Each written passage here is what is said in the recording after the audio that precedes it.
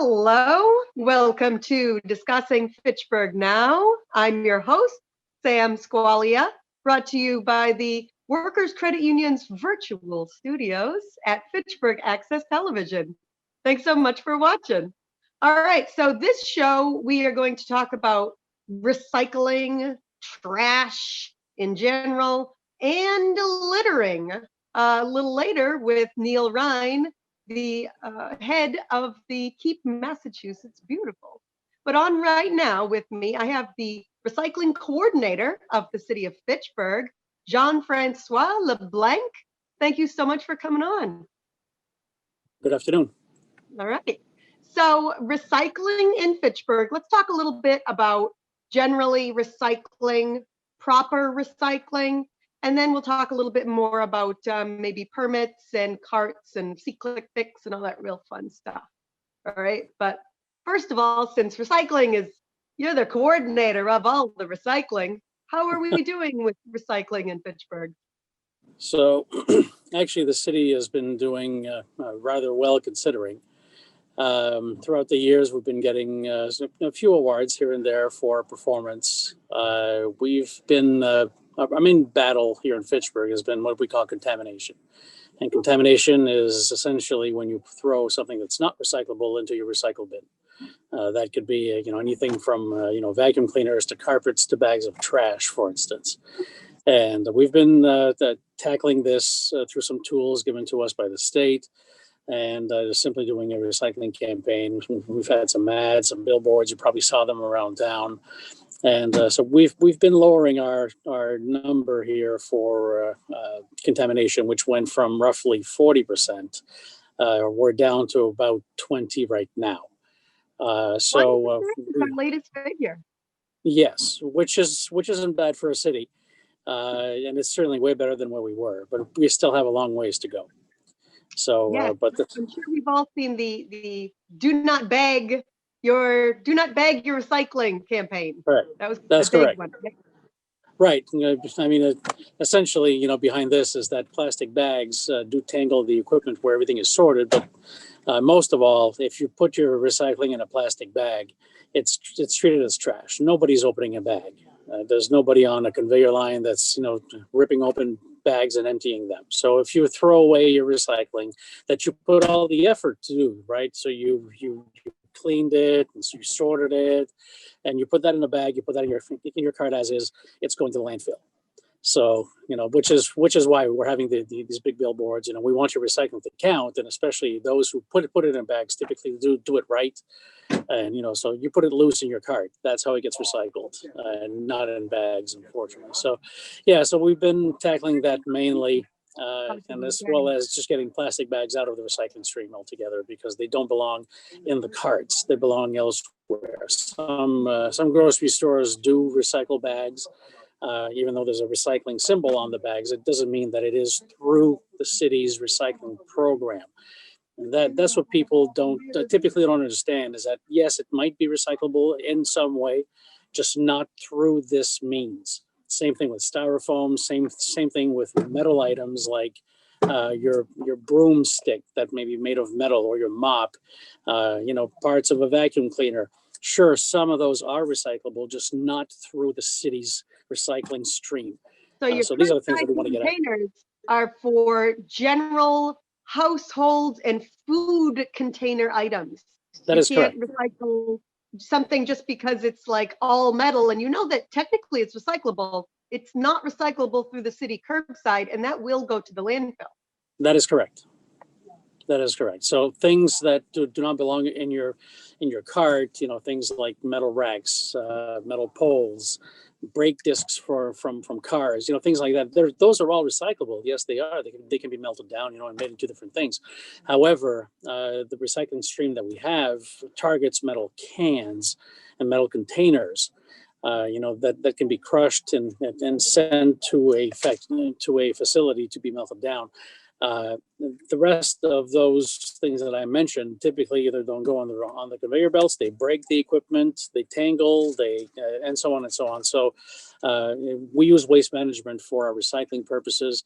They are telling us this is what we want, this is what we can't have in our system. The other ones are the same. They all use the same treatment facilities here, or sortation facilities. I'm sorry. It doesn't matter which hauler hauls the recycling. So we have other means, for instance, for your brake discs. There's a pile of metal that's at the landfill at our transfer station. That's where that goes, where a different carrier will come pick that up and bring that to where it can be recycled, just not in your cart. That's not where it goes. So that's been part of the target as well, to reduce contamination, is to send things where they do belong. It's been a challenge, but we are getting there. So continuing on things that don't belong in your cart, you talked about plastic bags, putting your recycling in a plastic bag that will go to the landfill. There's no reason to use a bag. You just put things loose into your recycle bins. That's However, what about paper bags? People believe that you can use paper bags to put maybe paper in. Is that okay? So paper is recyclable, yes. Again, the recommendation to put things loose in your cart is not just for the concept of it going to the landfill if it's in a plastic bag, for instance, but rather if you throw things in a paper bag, it might stay in that paper bag. So if you have a piece of metal that's in the paper bag, now you're not going to have things sorting properly at the sortation facility, and you'll end up with metal that's going to be mixed in with the paper bale, because it all comes out in bales at the end. So you have so it goes on a big conveyor belt, and there's machines that sort these things, and what comes out is bales of paper, cardboard, corrugated, cans made of steel, cans made of aluminum, and then you have plastics, the various types of plastics. So everything gets sorted automatically. There's nobody really on these conveyor belts that are sorting things. There's maybe 2 or 3 operators maximum that are essentially sorting tons and tons and tons of recycling. So they're not there to ensure that the recycling is done properly by people, but rather by the machines.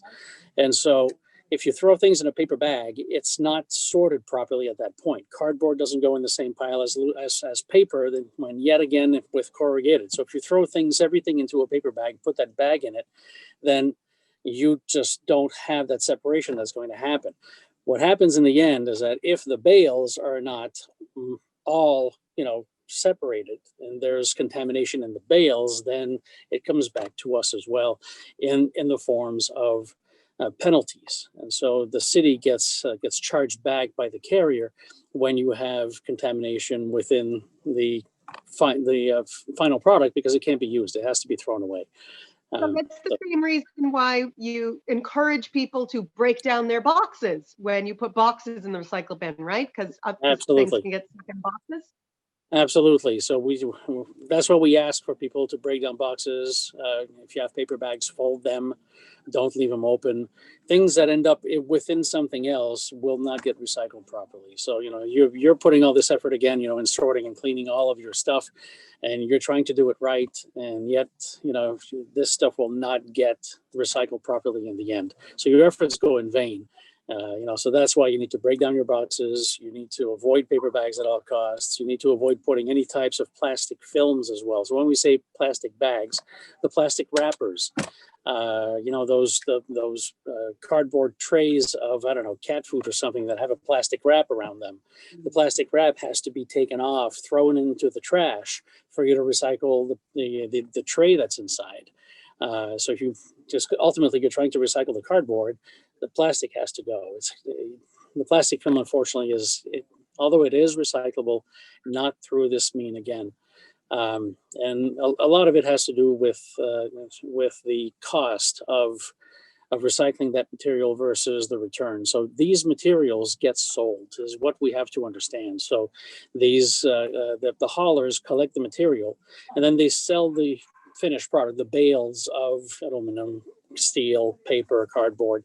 They sell that to companies that use it to make recycled materials, or to make things with recycled materials. So in the end, there's a price to the commodity that is important to them, because that's how they get to pay for the trucks, the drivers, and so on and so on. There's a cost to recycling. And hence, it's important to do it right, so that they can get, they can get paid for for the work that they do, and in the end, that our efforts are not in vain.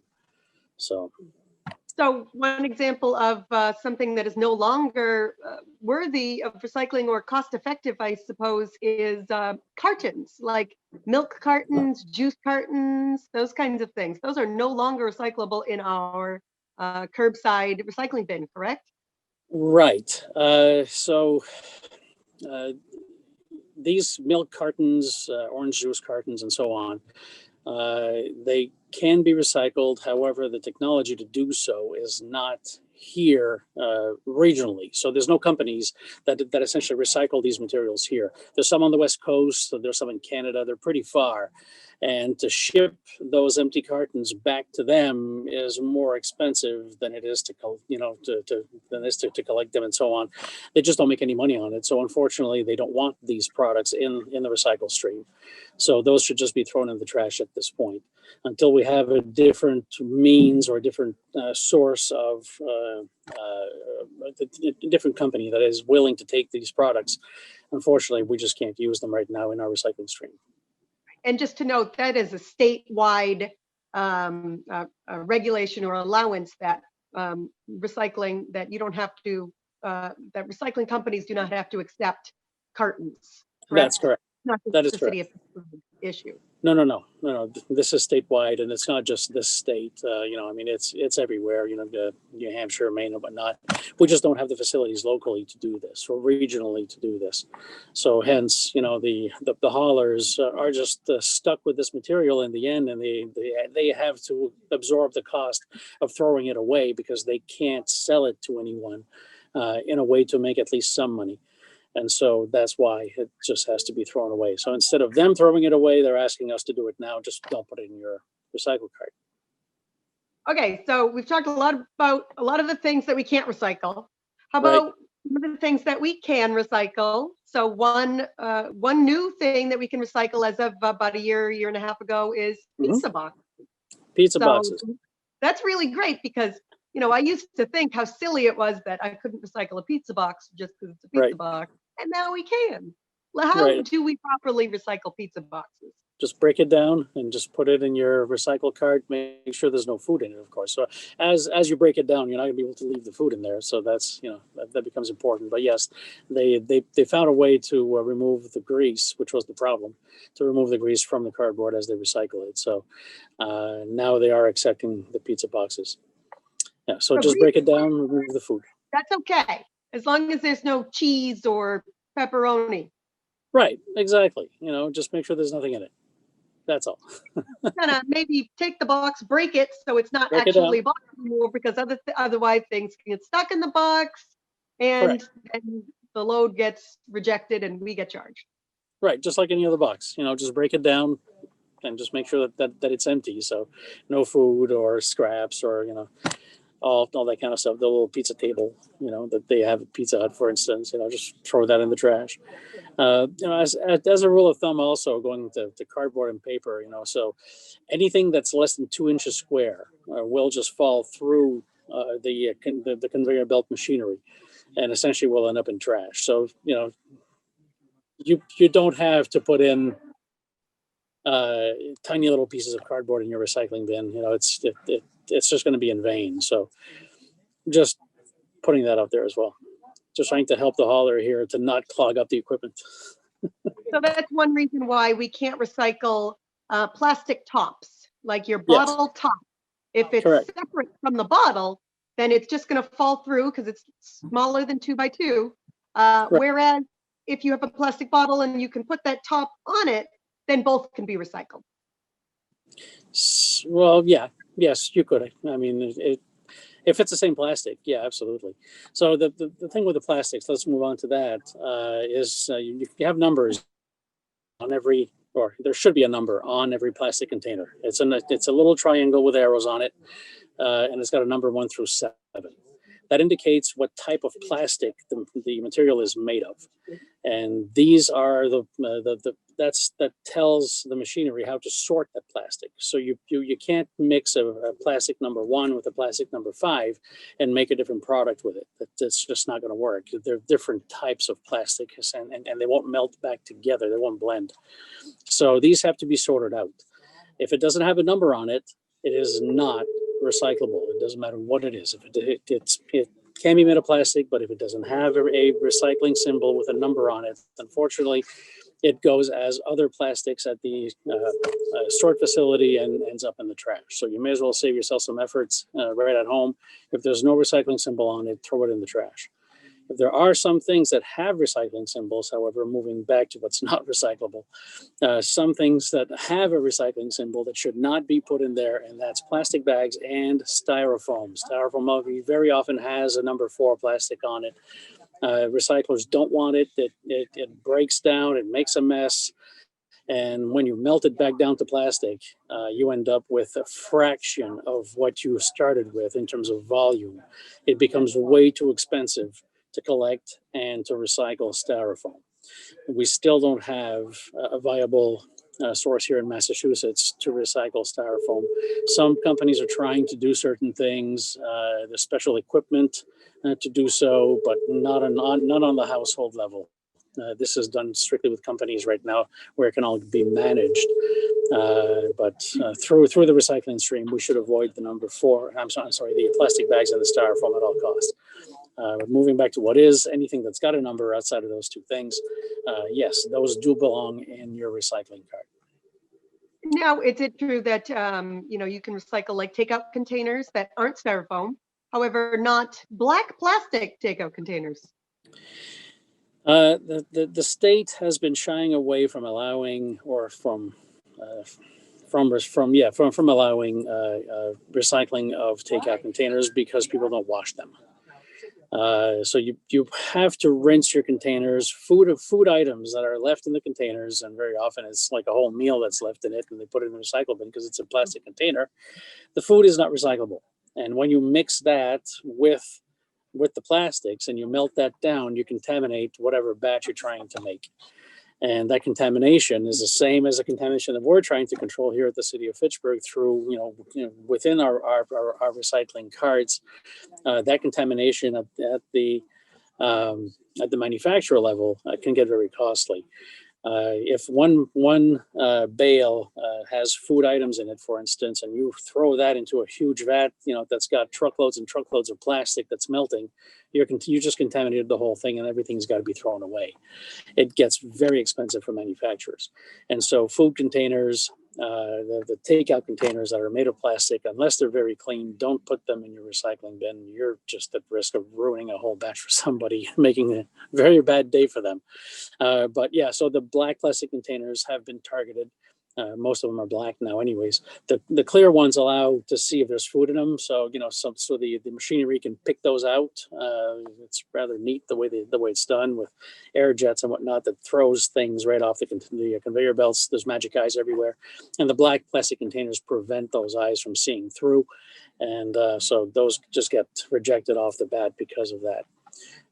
So it's a decision by the companies that sort our recycling, and the state agreed simply because it was too costly on a contamination standpoint. This whole thing, just to give you some background, came about a few years ago when China, which was accepting most of our recycling. That's where our recycling went for a very, very long time, was China. China was the recycling center of the world. And they decided that contamination was too expensive for them, that they were not the world's trash can, and that they were going to limit the amount of contamination to less than 2%. Right. We're at 20% right now, so that's correct. So you can see, you see where this is going. And so they about 2 years ago, they said no more. If it's more than 2%, we are rejecting the whole shipments. And so we've been looking for other venues to send our recycling to. China is not accepting that anymore. And so states have been pushing now for the cleanup of our streams, to try and get back into China, because they would take a lot of material that we just don't have means of recycling here in this country. And so this contamination has been the target of the state efforts, of the local efforts, and so on, for quite some time.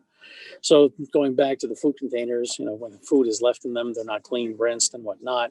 That is contamination, at the source. And so allowing that to go through the stream just contaminates everything, contaminates batches of material that's being recycled.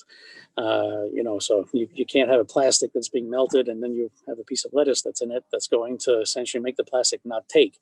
You're trying to make some products with that recycled material ultimately, and those products have to be of a certain quality. So hence the quality of the material makes the quality of the product, and so the quality of the recycling has to be high. Okay, let's transition from what goes in your recycling bin to one question I get a lot from residents is, how do I get another recycling cart, or can I get another trash cart? How do you do that? All right, so here in Fitchburg, we give one free trash cart to every household. New homes get a free trash cart as well. And if you decide that you need more, which just between you and I, you shouldn't, we encourage people to recycle, which is why you have a 96-gallon recycling cart. You should have enough space in that for biweekly collection of your recycling. And one trash cart a week should be enough. A 64-gallon should be enough per household of trash. But if you elect that you decide that you need one more trash cart, you can rent one from the city of Fitchburg. They are $100 a year, and that's for the fee to dispose of the additional trash that you're putting out. These are on a rental basis. That fee is recurring every year, and you don't pay the fee. We have to go collect the trash cart back. You can request that second cart through our website at fitchburgma.gov, and just find your way to the health department page, and under rubbish and recycling, you'll see a link in there where you can request a second cart. And that goes for recycling as well, correct? Except that's a one-time fee. Yeah. Right, and so the recycling cart is a $60 fee. We charge only for what the cart costs us. So there was a time where recycling didn't cost us anything, for collection. That's not true anymore, but still we only charge the price of the cart for recycling because we want to encourage people to recycle. So through the same means as requesting a trash cart rental, you can request an additional recycling cart as well. And for those now segueing off curbside to driving to the transfer facility in Westminster, the Fitchburg Westminster landfill, you can get a sticker. You always, in the past, if you were a homeowner, you could get an annual sticker to bring your recycling, your trash, and even, as you mentioned, other things that you can't recycle curbside, but that you can bring to the landfill transfer station for recycling, such as rotor disc pads and other various metal, whatever. Right. Annually, you can get that if you were a homeowner, but now we can also get that for renters. That's correct. It's not just homeowners anymore. Any resident of the city of Fitchburg has access to the landfill, or should I say, the transfer station.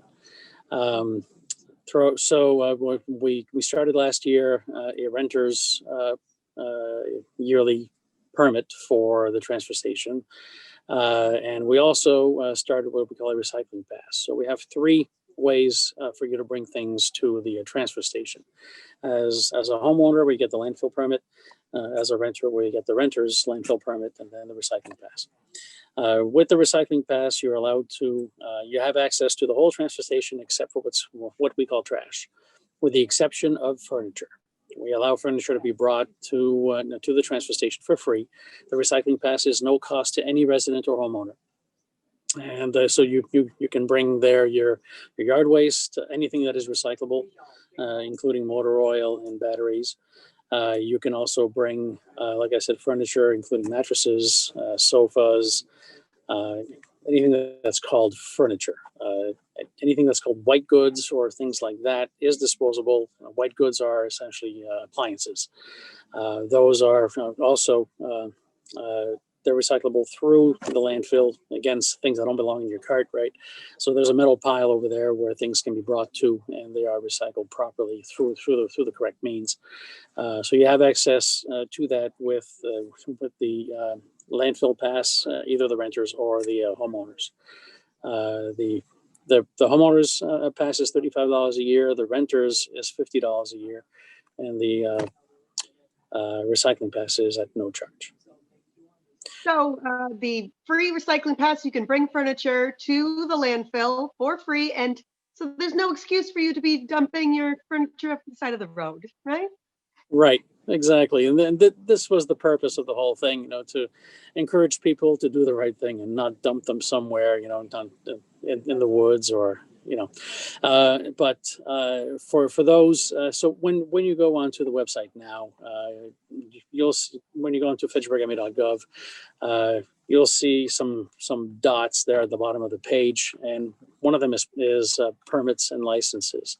When you click on that and go onto the health, you click on that button, and you'll end up on a page where you have right in the middle a health option. You click on health, and you'll see all the permits under the health department. And there you'll see the yearly landfill pass for the renters and the homeowners. You'll see the recycling pass, and you'll see also a day pass. Now, the day pass is what you can use to bring that furniture to the landfill. It is at no charge to anyone. You don't really need the recycling permit for that. But so you can request just the pass to bring your furniture, again, at no cost, to the landfill. Now, a day pass is usually $50. You can bring up to a ton of material and so on and so on. However, if you just want to bring furniture, we added that capability on there where you just click on furniture that you're bringing or mattresses, and there will be no charge for that pass at that point. Now, the material will be checked at the landfill when you get there to make sure that you're not cheating on our goodwill over here. All right, exactly. So don't start bringing trash along with your mattresses. You're going to be turned around at the landfill if you just have the day pass that you didn't pay for. So you can do that again through the website that way, and it's all self-serve. Yeah, the new website option where you can purchase the pass right online. It is so easy. I did it myself. You just sign up your information. You put your vehicle information. You can even send a PDF right there. You can attach an image or a PDF right of your vehicle registration, and you pay online. And in the mail, you get your permit within the little sticker that goes in your car within a few days. Right. Very simple. And until you do, after you've paid, you can print your permit online as well that you can use until you get your sticker. So if you want, you can go to the landfill the day that you request it, as long as it's on a Wednesday, Friday, or Saturday, where it's open to residents. But yeah, so you can do that. You can just apply online, pay for it online, and then you can print it to go to the landfill that day if you wish. All right. Well, I think we covered a lot of trash talk here, right, John? Is there anything else that maybe we missed that you'd like to just mention? No, I think we covered pretty much everything. If anybody has any questions, you can always reach me at City Hall. My email, j.leblanc@fitchburgma.gov. And I'll be happy to answer any questions. All right. Well, thank you so much for coming on, Jean-François Leblanc, the recycling coordinator of the city of Fitchburg. And thank you so much for watching at home and learning the do's and the don'ts of recycling and all the other various things that go along with our trash talk in Fitchburg. We're going to take a short break, and then we'll be back with Neil Rhein of Keep Massachusetts Beautiful. Here we are, making strides together even when we're apart, because our progress won't be put on pause. The future is a world free from breast cancer, and that future is in our hands. Hi, and welcome back to Discussing Fitchburg Now. I, again, am your host, Sam Squalia.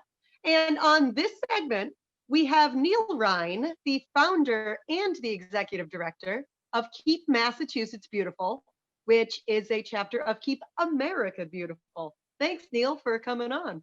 Hey, thanks for having me. Appreciate it. Wow, I really appreciate the work that you do at Keep Massachusetts Beautiful, because litter is an extremely high pet peeve of mine. Like on the list of pet peeves, I'd say litter is generally really one of the top. And you do a lot of work in the state of Massachusetts to try to combat the litter and reduce it in our communities. Yes, you're preaching to the choir on that topic, for sure. Yeah. So you so we have let's talk a little about how Keep Massachusetts Beautiful started. I know that I've heard of Keep America Beautiful, and now we have Keep Massachusetts Beautiful. And from that hierarchy, we also now have Keep Fitchburg Beautiful. So Yes. How did you start the chapter, and how does that kind of hierarchy work? Yes, thank you. Well, my journey along this path started back in like 2007, 2008, driving around Mansfield, where I live, complaining about the litter for the umpteenth time to my wife, who really kind of got fed up listening to me and said, well, instead of complaining about it, why don't you do something about it? So I said, okay, I'll show you. Long story short, organized the first great Mansfield cleanup. And we, in 2008, we said, well, if we get like 100 volunteers, that would be a success. And we ended up with over 600 people. And we cleaned like decades worth of litter, stuff that was not just your everyday litter, but, mattresses and appliances dumped in the woods and things like that. And then I started, so that was very successful. Started looking around, geez, are there any organizations kind of focused on this issue, and found, the Keep America Beautiful website. And we went through and became a certified affiliate of Keep America Beautiful and formed Keep Mansfield Beautiful. So that's chapter still affiliates going strong, and we're up to 30 local chapters. So, the goal is to get 351 chapters someday, which would, collectively we'd be keeping the state cleaner and greener if we all kind of band together. So that's kind of the genesis of this whole effort, and we're getting some good momentum and just keeping moving forward every day. With Keep Massachusetts Beautiful, it's kind of organizing local chapters. It's kind of a collaboration and kind of a communication on how people can get organized, because like you said, you have 600 people picking up litter. That is going to make a lot more impact than just you and your friend out there. Yeah. That's what we tell people is like, there's a lot of great dedicated volunteers all across the state, sometimes very small groups, or they have a group in their town called, litter busters of, Leominster or whatever it might be. But we're trying to, convince people to come under our umbrella. We provide a lot of good, support to our local chapters, but the other part of it is that collectively, when we go to our state leaders and say, here you got this kind of grassroots thing happening, from the ground up, people kind of taking ownership of their own streets and neighborhoods and trying to clean them up. But what is the state doing from the kind of top down? And sadly, the information, the answer is not all that much. So collectively, if we end up with 100 chapters in a couple of years from now, when we go to the State House, hopefully we'll have more. They'll be more likely to listen to us than if we're just a small group of people in one town. Certainly. So what other kind of support systems does Keep Massachusetts Beautiful provide to local chapters? Yeah, so we help. I'm going to consult my list so I don't forget anything. But first thing we do, the overall approach is kind of a low barriers to entry. A lot of times the person who's coming to us is simply someone like myself in 2008, or yourself, someone who's just kind of fed up with the trashiness of their community. Says, what can we do about this? So we help them get set up on Facebook with a Facebook page. We give them a logo, kind of help them start building, a circle of supporters so that they can start getting, more organized, so that when they do say have a litter cleanup in their community, instead of 30 people showing up, it's 300, and getting, your town manager, your mayor, your city council, whoever it might be, getting them on board, and really kind of just building community pride is what it kind of all boils down to. But as far as other levels of service, I mentioned logo, getting you set up on social media. We provide liability insurance for some of our chapters are organized as part of their local government, so they're covered by their local government's insurance, but others are not. So if they're having a cleanup event, they can come to us and we get them a certificate of insurance. We provide a lot of guidance on how to organize these things, how to fundraise, how to get the word out about what you're trying to do, public relations support. We have a grant program for pollinators, because we don't just focus on litter, focus on 4 areas. So litter prevention and cleanup. Beautifying. Yes, litter prevention and cleanup, waste reduction and recycling. So how do we have less stuff in the first place that we don't have to clean up as much? And then environmental education. And then that last bucket is beautification, of which where the Plant Something Beautiful program is. That's where we give out $500 grants to support the planting of pollinator-friendly gardens to try to help our pollinators and at the same time beautify public spaces. And I know Keep Fitchburg Beautiful recently was a recipient of one of our grants. So congratulations on that. We're very excited about that project over the Corey Lane Pollinator Garden. Yeah, I'm looking forward to seeing the photos of the finished product. And the other thing we do is just provide kind of ongoing, coaching, support. You mentioned, communication amongst the chapter leaders. We've got a Facebook group just for the chapter leaders so they can kind of share ideas. Because most of the programs and ideas, will work in any community. And rather than having everyone going off and reinventing the wheel, we can share a lot of resources and get more done that way. So say I'm in Leominster, or I'm in, I don't know, what's another place near me that doesn't have a Townsend? Townsend? Ashburnham is one, we've been talking with them. Oh, Ashburnham. Say I'm in Ashburnham and Leominster, and I want to start a chapter of Keep Massachusetts Beautiful, because I see how great Keep Fitchburg Beautiful and Keep Gardner Beautiful, they're all doing. Yep. And how do I go about starting a chapter? And don't forget, you've got Keep Ashby Beautiful and Keep Hubbardston Beautiful in your area. So we actually just did a webinar last week on this, and I'm going to be putting the recording up on our website. So if you go to keepmassbeautiful.org/join, that link will be up in the next day or so. So in that webinar, we invited people who were interested. We had about 15 people on the call, and we walked them through the process of, what do you do to get started? Number one is, we encourage people not to try to do everything on their own, to be like a lone wolf, because there's a lot to do. And it's good if you can at least get 2 or 3 people at the outset to join you. Then you've got to do, you've got to kind of get the facts. So don't go off just like, all right, we're going to solve this problem. There may be groups in your community that are already trying to focus on parts of this puzzle. So you want to kind of reach out to see, to your town manager, your mayor, your DPW, Parks and Rec, Conservation, other civic groups, other nonprofits in your community that may already exist, so that you don't kind of come in and step on people's toes and be like, "Hey, we're the new sheriff in town, and we're gonna fix this." So, do that research first to kind of see what the current situation is, and then what your group can do to help. And then you've got to choose how you're going to be organized, whether it's a town or city committee, like official committee of the town or city, whether you're just I should say but a community volunteer group that's separate from the city, or whether you take it to that next step and form a 501c3 nonprofit, which is a little more complicated.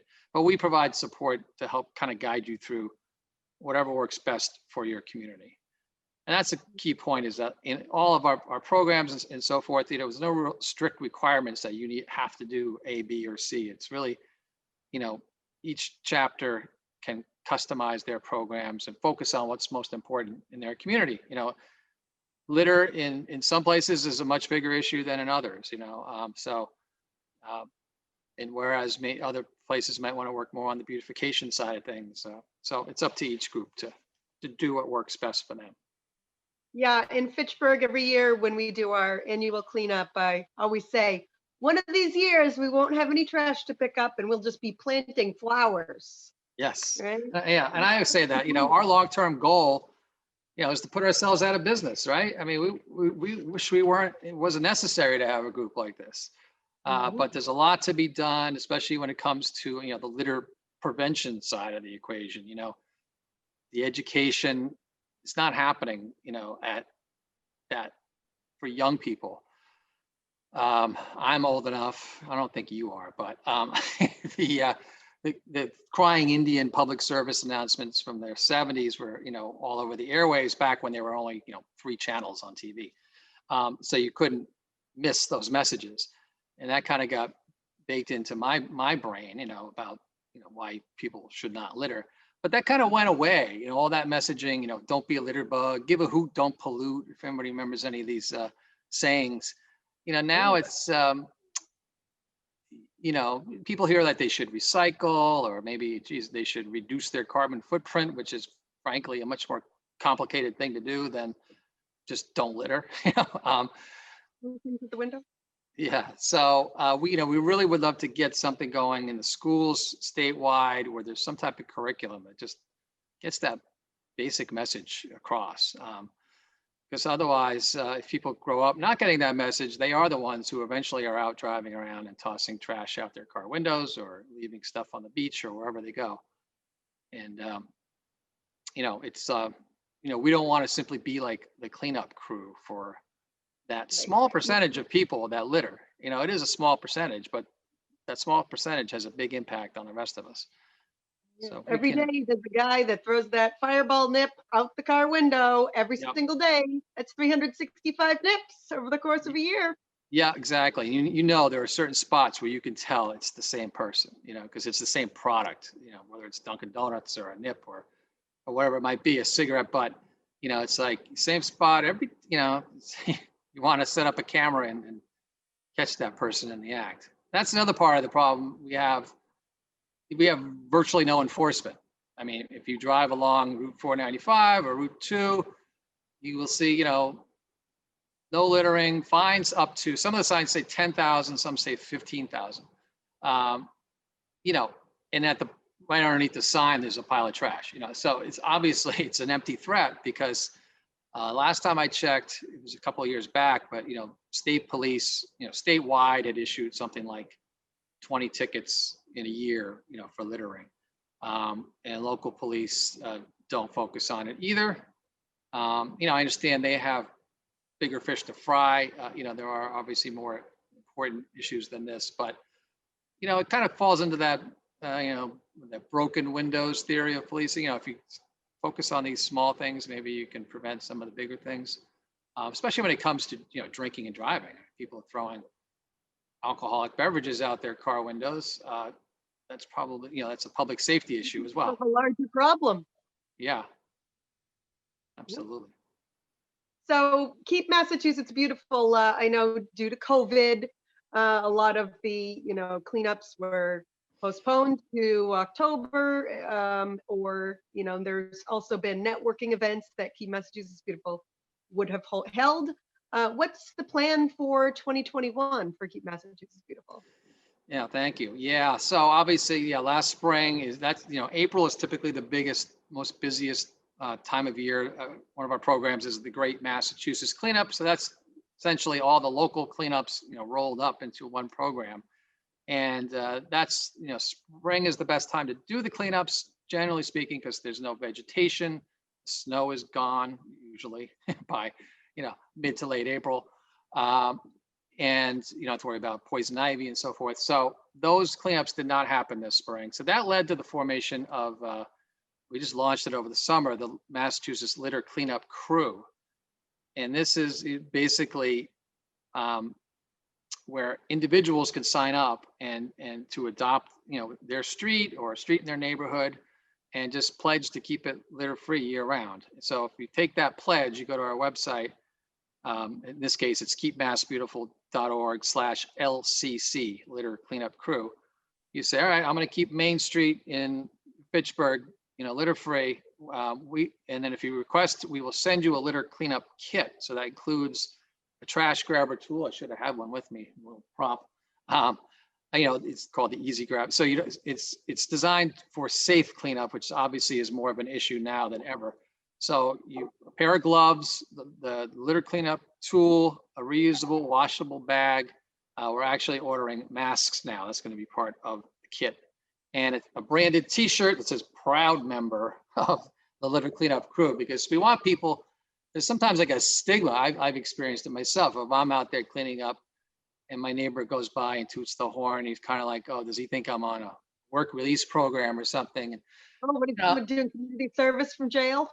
Yeah, and I'm like, I shouldn't feel that way. I should feel proud of the fact that I'm doing something good for my community. So that's why we kind of put that on there, like, do it with pride. So you sign up, we'll mail you that kit, we'll ship it to you. Costs about between $25 and $30 depending on the shipping per kit. So we do ask for a donation, but it's not required. So far, some people donate enough to cover 3 kits, and then there might be 3 people who don't donate anything. So right now, it's going okay. But so that's, and especially in the time of COVID, I tell people, with all seriousness, it's good for your mental health to get out there, do something positive, get that, especially as winter is approaching here, you get some fresh air, you feel like you're doing something tangible, you look at it before, you look at it after, you say, oh, that looks better. So now, unfortunately, a week later, it might be back to where it was. But,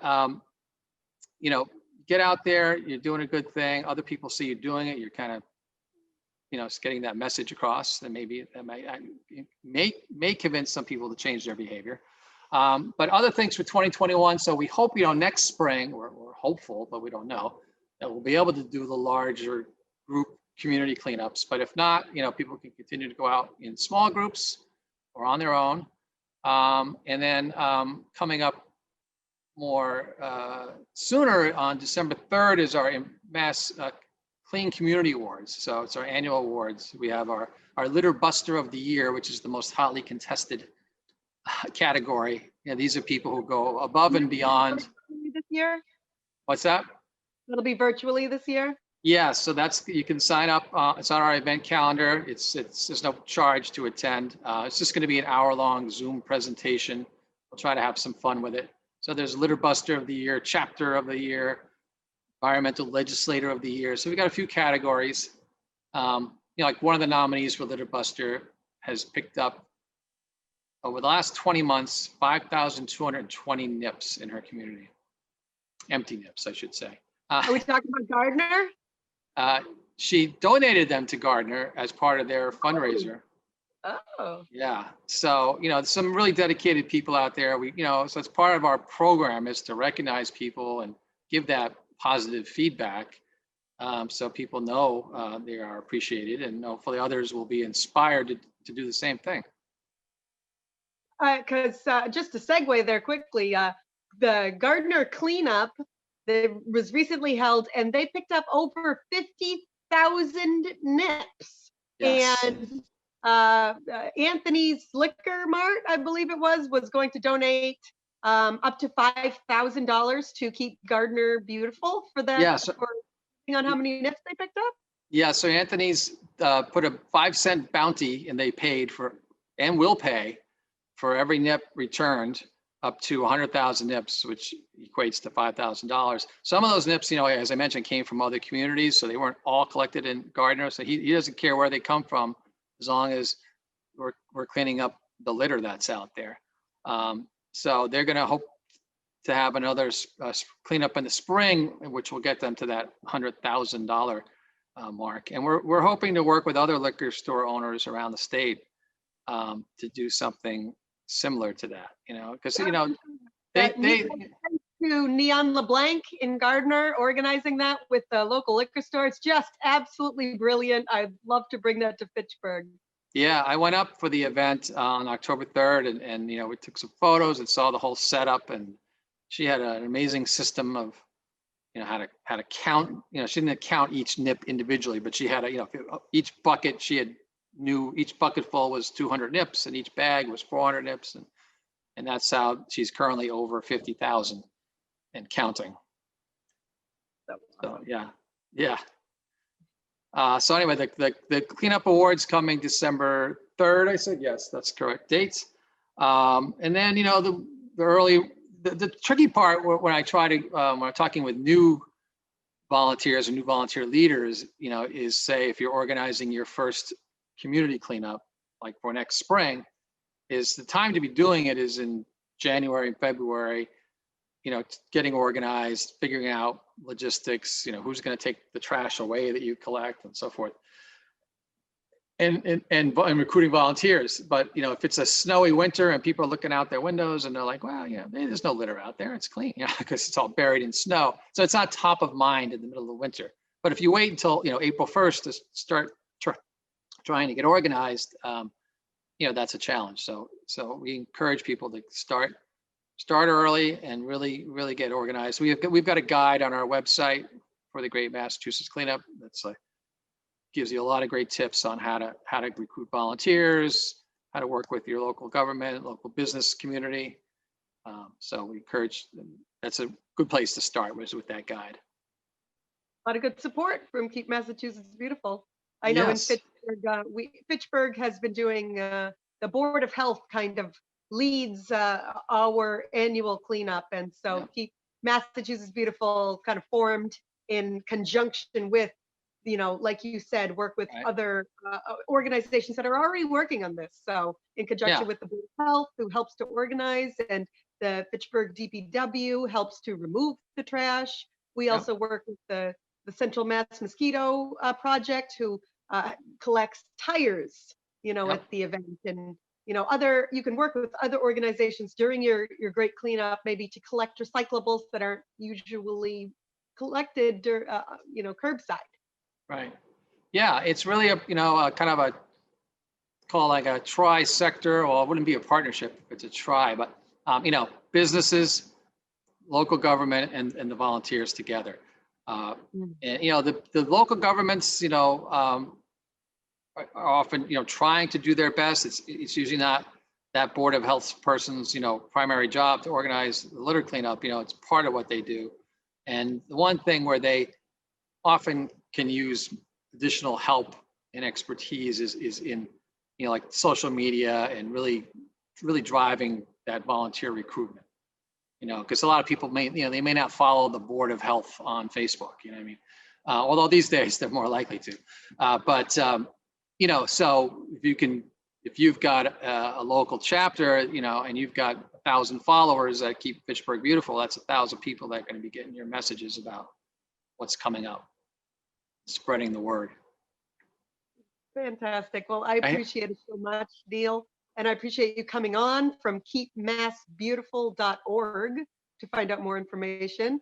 Is there anything else you'd like to add before we close? I would say follow us on Instagram at Keep Mass Beautiful. Facebook, our Facebook page is very active. We share a lot of great information. We also have a Facebook group, which is more interactive. Twitter, LinkedIn, you name it, we're on there. But you know, it's we're just trying to share information all year long, get people excited about cleaning up and greening up their communities. And I should say, you know, on a more personal level, that especially during these times when a lot of people are just, you know, let's face it, it's tough. As we're inside, isolated, it's personally gratifying to see, you know, the fruits of your labor in your own community and seeing how that pays off over time. Well, thank you so much, Neil. From Neil Rhein, the founder and executive director of Keep Massachusetts Beautiful. And just to add as a plug, you can go to keepfitchburgbeautiful.org for more local information on what Keep Fitchburg is Beautiful is doing, particularly next year when we start to do more events, hopefully, as COVID just magically goes away. Right? Yeah, okay. We're rounding the bend. Okay. Thank you, Sam. Thank you, Neil. And thank you, everyone, for watching at home and discussing Fitchburg Now. We'll see you next time. Thank you.